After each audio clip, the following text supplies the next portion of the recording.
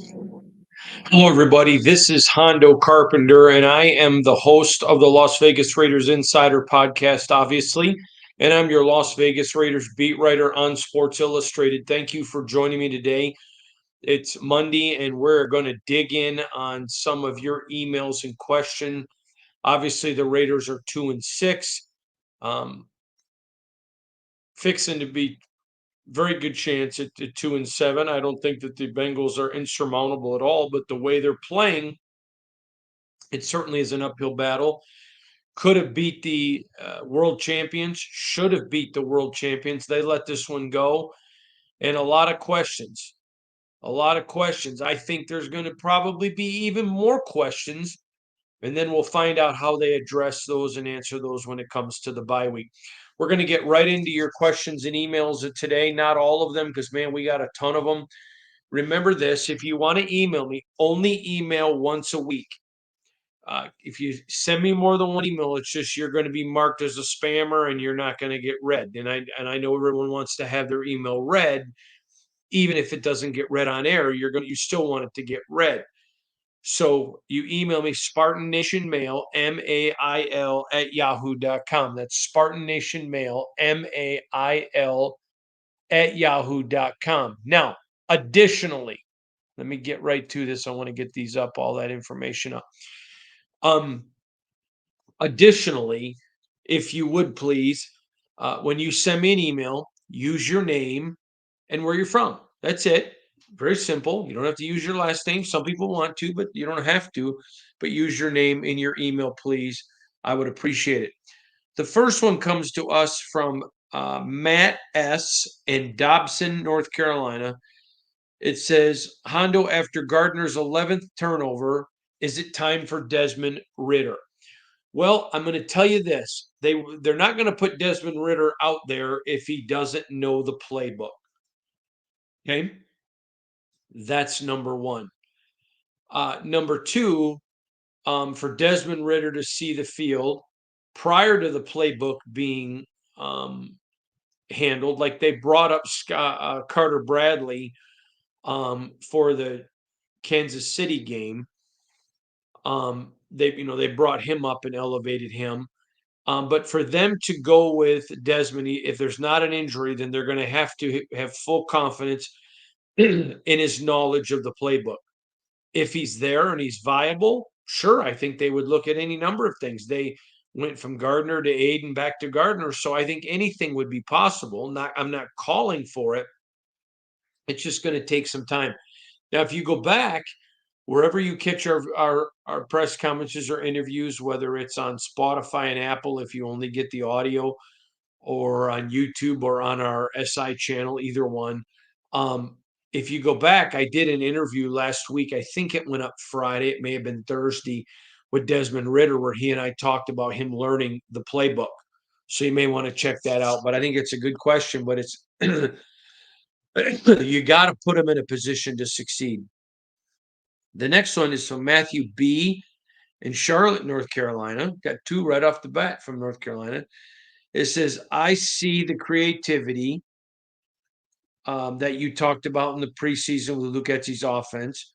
However, we don't have a speedy wide receiver to stretch the field and no franchise quarterback. Will AP make a change? Well, I would very much respectfully, again, that was from Michael B. in Charlotte, North Carolina. I would make an argument. I think the Raiders do have some speed at wide receiver. I think they have a lot of speed. A lot of speed. Trey Tucker, McAllister's lightning quick. Uh,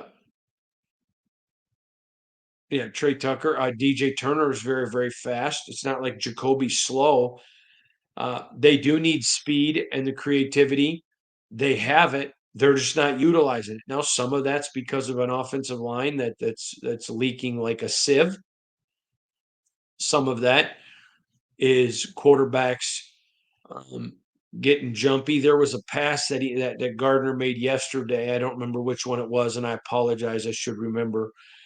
But he made yesterday where he had DJ Turner breaking open for a touchdown in the end zone. And he just threw it too quick.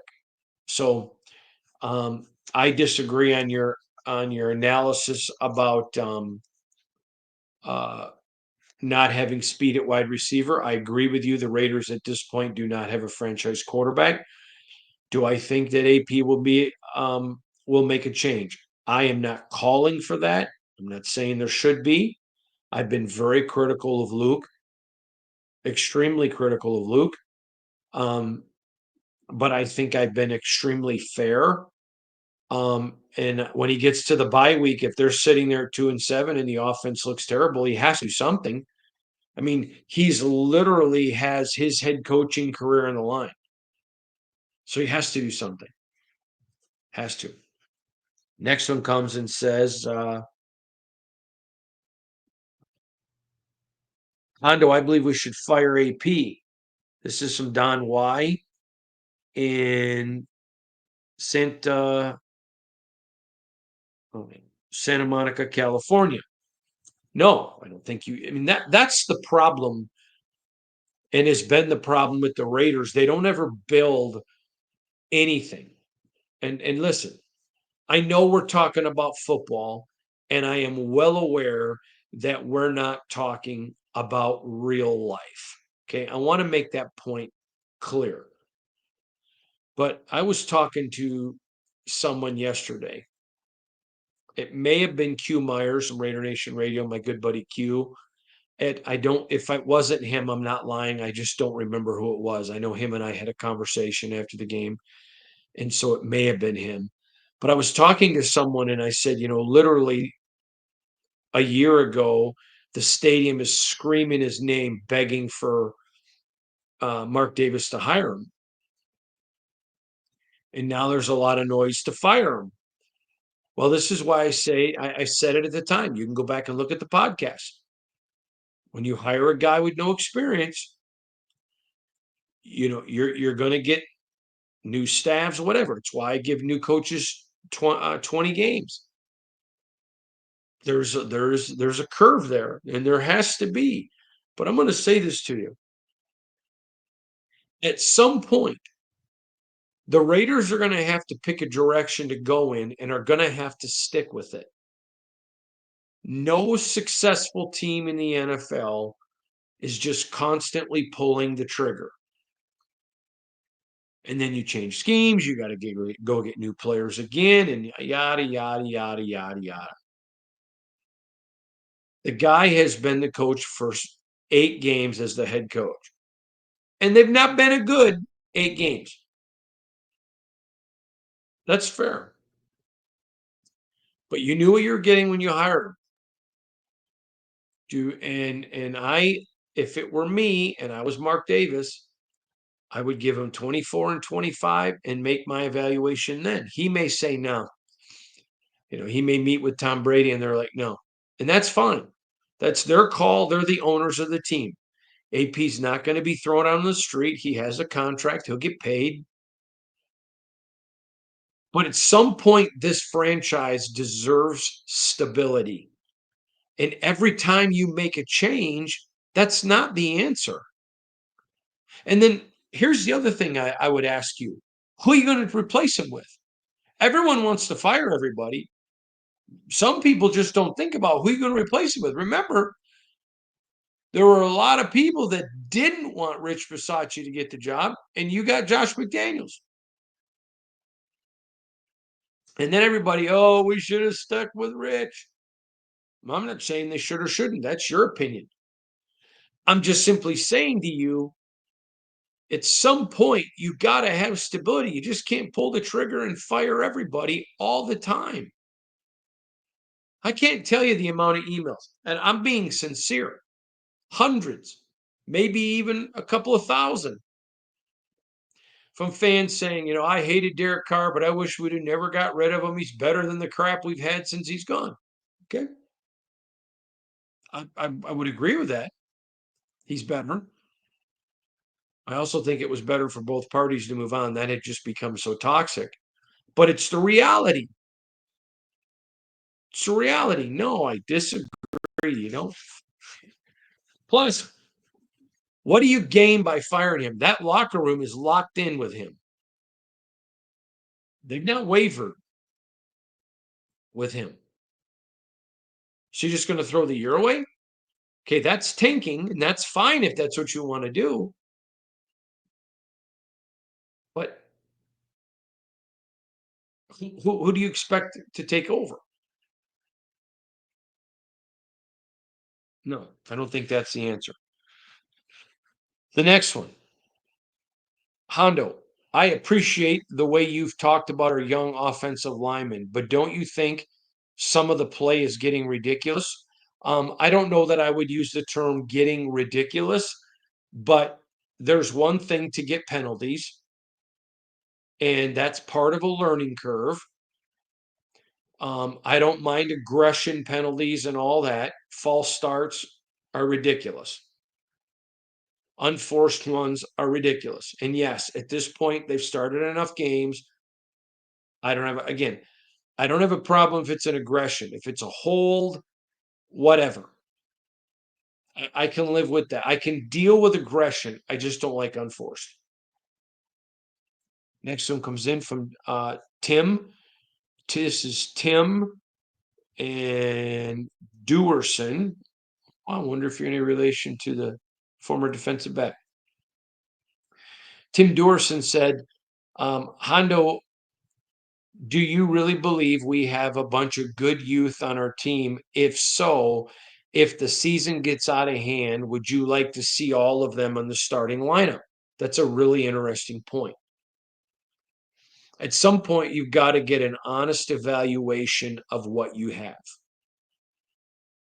So once the Raiders were eliminated, let's say the later Raiders get to 9 losses.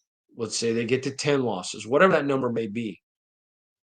Then do you put a line out there with Dylan Parham and Jordan Meredith at the guards, JPJ at center, or Dylan Parham at center, JPJ at guard, and then DJ and Thayer? It's not that we don't think Colton's great. I'm just saying as an opportunity to get young guys reps. If you know the season's over, you don't take a chance at Colton getting injured for the rest of the year. That's certainly a possibility. And if the season's over, I would think you would want to start everybody that's young that you think has an opportunity, as long as they're not replacing another young player. I think that's a great idea.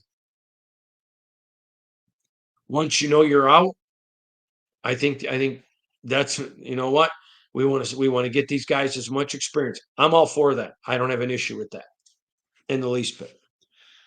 The next one, Hondo, I believe we should trade Max and Brock Bowers to pick up 4 first-round draft picks. Do you like this idea? This is from George K. in Costa Mesa. No. I'm gonna tell you a couple of things. Okay. Shannon and I were having dinner at Lowry's the Prime Rib in Vegas one night with an NFL general manager who happened to be coming into Vegas in the offseason that we're very good friends with. So we're having dinner with this guy at Lowry's the Prime Rib.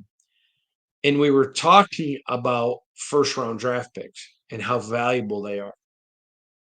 He said, but the problem is you have to hit on your first round draft picks. And he said, and one of the things that everyone talks about is, trade all these draft picks. He goes, and that's great if you've got, 2 or 3 extra. He said, but man, some of these teams are constantly trading. And then he goes, then they can't afford when they start hitting on those first round draft picks to pay them when they get to their second contract because of the cap. So you go and develop this guy, and then you don't get to keep him. Number one. Number two, all right, so let's say you trade Max for 2 first rounders or 3 first rounders. You still need an edge. Now, the only position more important than edge is quarterback. You can probably make an argument for the off tackles, meaning if it's a right-handed quarterback, the left tackle. If it's a left-handed quarterback, the right tackle. You could make an argument that that's more important than edge, but that's one position for sure. and you can make an argument for two. Okay. So, but if you go trade Max Crosby for two draft picks, and it isn't 100% guaranteed you're going to go get a guy that you 100% know as a franchise, number one, that's dumb. Number two, he is your best player who's yet to reach his prime. He's still getting better. If you go the rookie, you are literally at the minimum 2 years of being effectively in a playoff position at a regular basis, unless you have to rebuild. Okay, you can speed the process up when you don't have to rebuild. So by keeping a Crosby around, you're not rebuilding. And then Brock Bowers, he is as effective as a wide receiver. So why in the world would you want to get rid of a guy just to go hope you're going to bring in guys who are as good as him? And if you think the new quarterback's going to make you better, or the other team clearly thinks the player you're sending is going to make them better, they're not going to be high picks. I'm all for trading players and getting picks. I'm all for it. But salary cap implications, and plus, you're trading guys who would be part of a future. No, I don't like that idea at all. I'm going to read you a couple more here that I found to be interesting. Hondo, you are a fat, disgusting piece of human filth. F you, you fat pig. I absolutely hate your guts more than anyone else in the entire media. I hate your ugly adopted kid. I hate your wife. I hate everything about you. All you build up and talk about is Raiders are this, and they're great, and they're wonderful, and have never asked a hard question in your life. I hate you. I hope when you travel to Cincinnati that no one else is on the plane with you and flying home, your plane crashes and die. Do the Raiders a service and die. That's from Tom A. in New Mexico. Tom, I'm going to say this to you, and I wasn't going to read this, but I'm going to. I want you to know, first of all, the word ignorant means lacking knowledge, and clearly you don't watch what I do. I asked a question last week that ruffled some feathers for sure when I told Luke Getzey, you're the problem. Or, yeah, you're the problem. How do you fix it? Uh, Are you mad that I didn't use the language you use? Well, I'm an adult and I'm educated. And I hope that my father raised a gentleman. So if you're mad I don't talk to him the way you do, I never would. It's not how I talk to people. Number two, I want to say this. Anyone that would talk about someone's child like you did clearly has mental health issues. And I'm going to get this one step farther. To speak from a place where your football team losing would require you to attack a child. To attack a child. Literally. I can't even fathom whatever pain you've gone through in your life. And I just want you to know, and I'm being completely sincere. If you'll reach out and email me and send me your phone number, I'd like to give you a phone call. I would like to reach out personally just to talk to you. I think that you matter. And I'd love to talk to you about whatever pain you've experienced in your life. I'd even willing to pray with you, maybe help you find a pastor or a church in your area who can help you. But I just want to say this to you. The vitriol in this literally told me that you got issues bigger than football. And so whatever those are, I want you to know I'm more than willing to talk to you and help you. And I'm going to say this to you. I would just turn me off, and if I make you that angry, don't listen. I'm gonna be fine. Not gonna lose my job, not gonna lose my paycheck. Just don't listen. But still, I would appreciate an opportunity to reach out to you and help you. If there's anything that I can do to help you that's reasonable, I would be more than willing to do that. But I just want you to know we're gonna be praying for you and your family, and I want you to know that I wish you absolutely nothing but the very best. And I just want you to know that I don't think ill of you. I feel compassion for you. And I'm sorry that the Raiders losing has put you at such a difficult place. I do ask a lot of tough questions. I just try to do it like a gentleman, and I try to treat people with respect. I don't mind reading emails. I have a couple more in here of people that disagree with me. I don't mind reading emails from people that disagree with me at all. At all. I'm not God. I just I don't think there's anything wrong with being civil with people. My wife, I love what she says, but I also love how she says it. And I love it when my wife comes and says, honey, let's take a look at something, where she questions something. What about this? You know what? And I'll say, Shannon, that's really true, because she's a gift to me.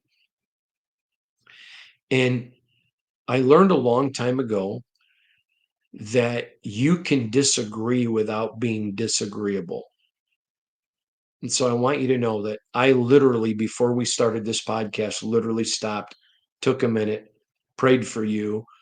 And I've even uh, prayed with my wife for you. And I just wish you nothing but the best. I hope that you prosper, and I hope you succeed. And I would recommend that you never read me or listen to me again. And I want you to know that I do not believe in any way your comments about my son are a reflection of you. Whatever's happened, I just want you to know you're in my thoughts and in my prayers. The next one comes to me from Philip, and Philip says, Hondo, I enjoy your work, but I'm frustrated with you. That's fair. I live in Indianapolis. I'm a big Raider fan. And every time you're critical of guys, you always tell us how good of a person they are. Can you just stop that? Okay, Philip, I think that that's a very fair question. I've addressed it once before, I believe once, maybe twice, and I'll address it to you real quick. It is imperative, because of like the previous email, if you saw the emails that I get from people calling people trash or when I'm critical, I'll never forget. I was critical of a Raider once, and I don't know if it was by social media or how, but somebody reached out to him and told him, man, Hondo hates you. And he literally said to me, I had somebody tell me, you hate me. What did you say? And I said, nothing. You listened to my podcast. Did I say anything hateful? He goes, no. I said, well, that's all I say. I just think it's important to be able to separate. You can talk about people and the things that they're failing or succeeding at, and it doesn't have to be personal. And I know where things are red hot right now because of a terrible loss that shouldn't have happened, should not have happened. Period. Raiders should have won that football game. Raiders should not be sitting here 2-6. People are not performing at high performance jobs. That's all legit. All legit. It doesn't mean they're not dads or husbands or sons. And I'm sorry, I there's lots of people I don't tell you, oh, that's a good guy. That's not a good guy. In fact, I had a person email me recently that said, I've been keeping track of everybody you compliment, and here are 4 or 5 guys I haven't heard you say anything about. I didn't respond to their email. But you can be critical. Now, one thing is wherever you sit, you may have a voice that reaches 10 people, maybe 20, 30, I don't know. I have a reach of tens of thousands, literally over 1,000,000 views on my videos. I have a massive audience. And so when I speak, I had someone who I highly respect say to me on Friday about something I had said, and understanding that, when you say it, it lends credibility to something. And this person, I really respected them for what they said to me.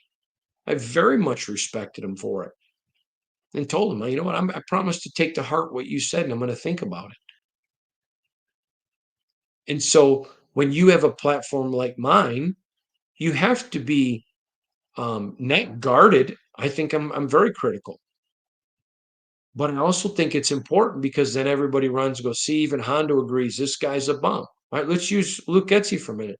There's nothing about him that's a bum. He is not. I'm talking about his human character. He's not performing at a high level. It's not his fault when a player gets a penalty or has a turnover or fails to execute a play that he called. That's fair. But when he doesn't make good play calls, when the script is over and he has to become spontaneous and he's not succeeding, those are legitimate things. If he makes it to the bye, Antonio Pierce is going to have to take a long, hard look at his offense and say, how do I fix this? I don't have a lot of time. And who knows what that means for Luke Getzey? And I'm a guy that in my life has been fired before. It won't define Luke Getzey, the man. He was fired in Chicago and got another job. Won't define him as the man. And when you have that platform, you have to be careful.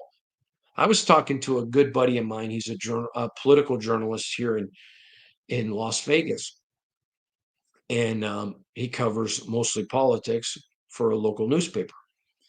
And we were eating recently together. And I said, one of the things that I don't appreciate about today's modern political system is it's everybody pointing at their opponent, telling us how bad that opponent sucks and how evil they are. Now, they may be right, but I think you'd get a lot more votes to just talk about what you believe in. That's why I appreciate the fact that and you know what? Maybe if I've already said it about a guy once or twice, maybe I don't need to do it again. And you know what? I'm going to take that into account. But the problem is when you're always adding new listeners, you don't know when somebody's going to listen and not get it. I hope that makes sense to you. I don't believe anyone right now would say that Luke Getzey's performing at a high level. I wouldn't. And you can have those discussions without making them personal. The next one. This comes from some Kevin in Stockton, California. Hondo, I have seen mauling offensive lines in the past, both for the Raiders and other NFL teams. Why does there not seem to be as many mauling offensive lines? That's a great question. I agree with you 110%. There are a couple of them in the NFL that have a mauling offensive line, but I love those mauling offensive line. Love them. And I know that Tom Telesco does too. I know that Tom Telesco does too. And I agree. I think it's a lost art in the NFL offensive line. I think a lot of that has to do with mobile quarterbacks. We're a good way to hide lines, but I think if I were a general manager, my primary focus would be offensive and defensive line. That's a really good question, and I appreciate it. I'm going to get to the next one. I thought this next one It was very good. Hondo, I'm already ready to turn the page to next year. I appreciate that you and your staff have been writing about quarterbacks in next year's draft and looking ahead. Is it too early to start analyzing all of that process and what the Raiders are going to look like next year? That comes to us from David W. David W. And he is in Columbus, Ohio. I don't think it's too early to start talking about next year in certain tones. There's a lot of college football left for somebody to emerge. Um, there's some guys that you don't know who's going to come out early. Um, there's some guys that, I mean, there's some questions the Raiders are going to have to ask. Mark Davis and Tom Brady and Richard Seymour are going to have to sit down and have a long conversation about the Raiders. What do they think about the Raiders? Then those questions are going to eventually have to involve AP and Tom Telesco. What do you guys think? What do the scouts think? There's going to be, we don't know how the season, I mean, there is not even half the season is over yet. What's his team going to look like next year? What if the Raiders go on and don't win another game and they decide, you know what, let's bring Mike Vrabel in because of his ties to Tom Brady? What if, I mean, there are so many questions and that you can start to think about all of that, but sometimes you can spend so much time in the future that you ignore the now. I mean, coming into the season, we all knew the Raiders at the start of the season didn't have a franchise quarterback. There was optimism that maybe after an all pro season, albeit an alternate, but after an all pro season next year, all Gardner needed was a shot. There was a lot of people that said they just didn't know what Aiden O'Connell had. Okay. But they got Brock Bowers, which was an awesome addition because they couldn't get up and get a Jaden or whomever in the top four. That's fair. All that's fair. So you kind of knew what this year was going to be. It was a crapshoot at quarterback. Okay, I get that. Now, when you look at the job that Getsy's done, you could say, well, you know, his quarterback's injured. Well, you could say that, except he's back to his starting quarterback that he wanted to start. So it takes the Aiden being injured off the table. My point is, there are so many variables. Real quickly, I'll just say this to you. Years ago, I'll never forget it. I was a young boy and I wanted to get to middle school because in middle school, you didn't have to carry a lunch pail. You got hot lunch. And I remember saying, I'm just looking forward to having hot lunch. I'm bored of bologna sandwiches. Now, I love bologna sandwiches. My favorite, if you ask me tomorrow, I can't have it because of my diet. What's your favorite food? It's a fried bologna sandwich with tomato, lettuce, red onion, and a bunch of cheese with Miracle Whip. Super good. And then I'll remember after I got to middle school, I just wanted to get to high school. Then it was I just wanted a driver's license. And I'll never forget the day I got my driver's license. I've shared this story before. I'm so excited. My dad said I could take his truck and drive to school. I jump out, get in the truck, throw it in reverse, and drove through our garage door. How stupid. And I felt bad. And my dad was so cool about it. He's like, you know what? I can't replace you. I can replace a garage door. You got excited, which is an emotion. He said, just remember, emotions are fine, but you don't live in your emotions. Let this be a great lesson to you about how emotions can assist us in making poor decisions. It was a great life lesson. And that night when I got home, my dad, uh, he always called me Shane by my middle name.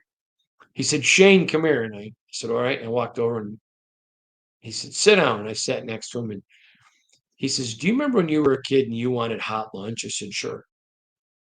Do you remember when you were a kid and you just wanted to get to high school? Yeah. Remember when you were a kid and you just wanted to get a driver's license? I said, well, yeah, that's today. He said, son, don't wish your life away. I said, "Yes, sir." He said, "You were pretty upset about hitting that garage door." I said, "I really was, Dad." He goes, "Was I upset?" I said, "No, sir." I said, "How come?" He said, "Because I wanted you. Your mom and I prayed that God would give us another baby when you were conceived and born." And he goes, "And when you get kids, there's going to be days they do something stupid. They drive through a garage door on their 16th birthday, whatever. And it wasn't you being a bad person. It's no big deal." He goes, "But learn to watch the day." This is my whole point to you is you can keep wishing away seasons, but that's basically what you've done the 5 years I've been here. And most of you have been fans dealing with this ineptitude for a long time. I just say you sit back, enjoy the emergence of a Brock Bowers. What other rookies are going to make steps forward? Who are going to be some future stars that you don't even know about right now? I understand why you're frustrated. I'm not trying to tell you you shouldn't be. If I was a fan, I'd be livid.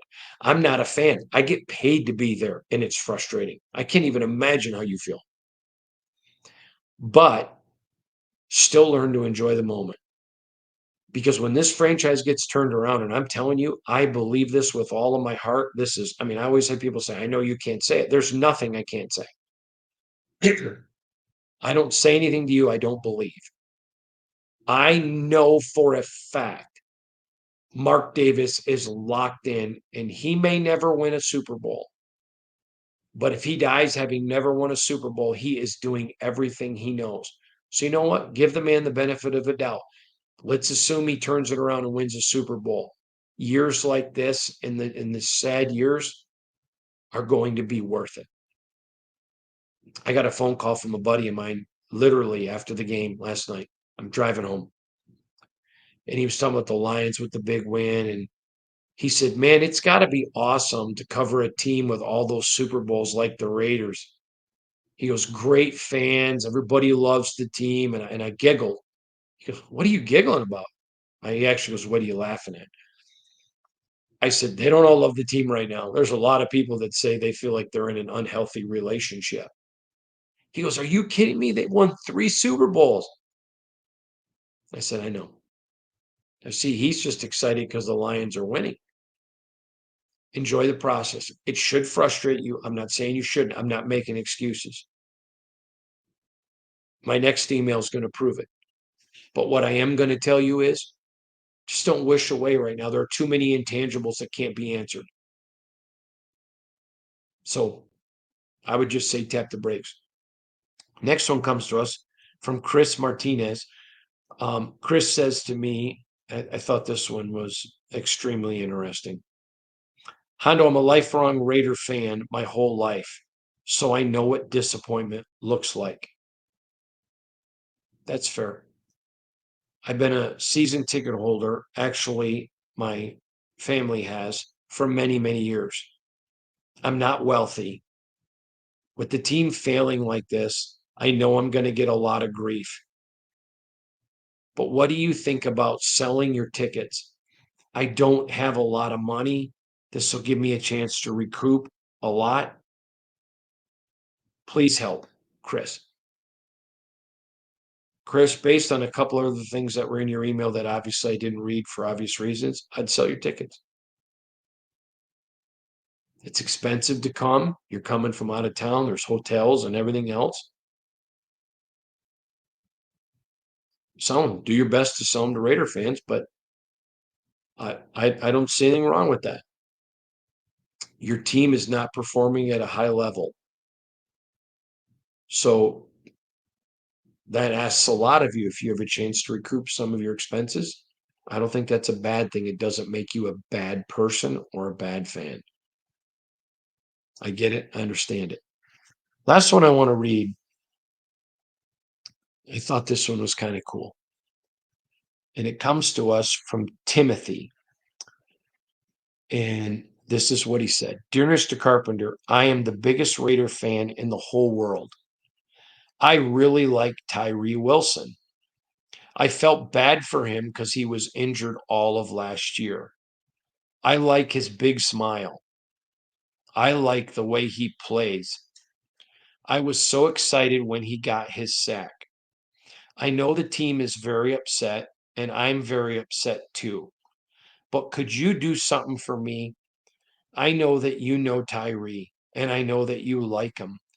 So would you just tell him that he has fans out here that think he's going to be really good, and please don't be sad that he's just now getting healthy and the team's losing. I think he's a winner.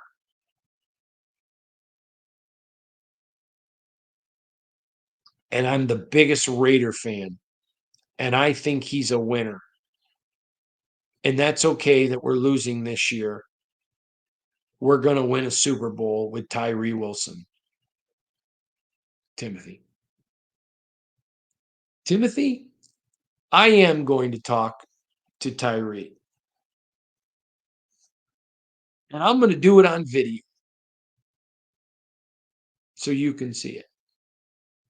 And I just want you to know something, Timothy. You are a great reminder of what being a fan is. And the guys are very upset. I had a good visit last night after the game with Tyrie in the locker room. I had a very good visit. I wish I'd gotten your email. I would have told them then. But I do have a very good relationship with Tyrie. And let me tell you something, Tyrie's a wonderful man. A wonderful man. He's still a kid. I know that's probably hard for you to believe because you see all the muscles and he's big and he's wealthy. I get all that. But take it from an old man, he is a young man. And one day when you're 53, you're going to look back and say, yeah, he was a kid, but he's a good kid. And I think this will mean a lot to him. So I'm going to ask him about that, Timothy, and I'm going to let him know that you wished him well. All right, buddy. Thank you so much for listening. And I appreciate all of you. I just want to end with this tonight because I think this is important. I think Raider fans have every right to be frustrated. Every right. You want more. I think you look at the defense down all the injuries, and they're still performing well. I think you look at the offense and you ask a lot of questions. Those are legitimate. I'm not minimizing one bit your frustration at all. And there's going to be, I think, a lot of juxtaposing within this franchise over between now and the Super Bowl, maybe a week after the Super Bowl. There's going to be a lot of juxtapose. And it's fair.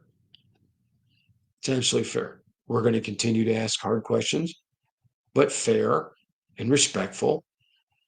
And we're going to bring you the best unbiased coverage of this team that we can. And I'm proud of my team and all of our content. We do anywhere from 12 to 20 articles every single day, 100% free. We're bringing you all the information. You can find all that at si.com/NFL/Raiders, where we already got guys looking ahead to the draft, looking at the Raiders draft position. Where's it at? Are they going to have to maybe make some trades to get up, or how many quarterbacks are emerging as legitimate? There's a couple of guys emerging who are underclassmen, and with NIL, now a lot of those guys are staying in school. So a lot of questions, but we're going to go right through it with you every single day. Thanks to all of you. And I said it last night. It's really important for me to say this again, please. I want to give a big thank you, a big shout out to every one of you at J Lot on Sunday. So nice to meet literally hundreds of you. I took a ton of pictures and got to meet you. And one I'll never forget. One guy literally said, "Hey, do you mind if I get a picture?" I'm like, "Absolutely not. I'd be honored." And I just want to thank you for sharing part of your life with me. And I look forward to seeing you guys again. On to the Natty, then the bye week, and then traveling on the road again. So the Raiders won't even be home till the 24th of November, but a lot going on. Thank you all for listening. Wish you nothing but the best. God bless you. And we'll see you again tomorrow, right here on the Las Vegas Raiders Insider Podcast. Thanks, everybody, for listening.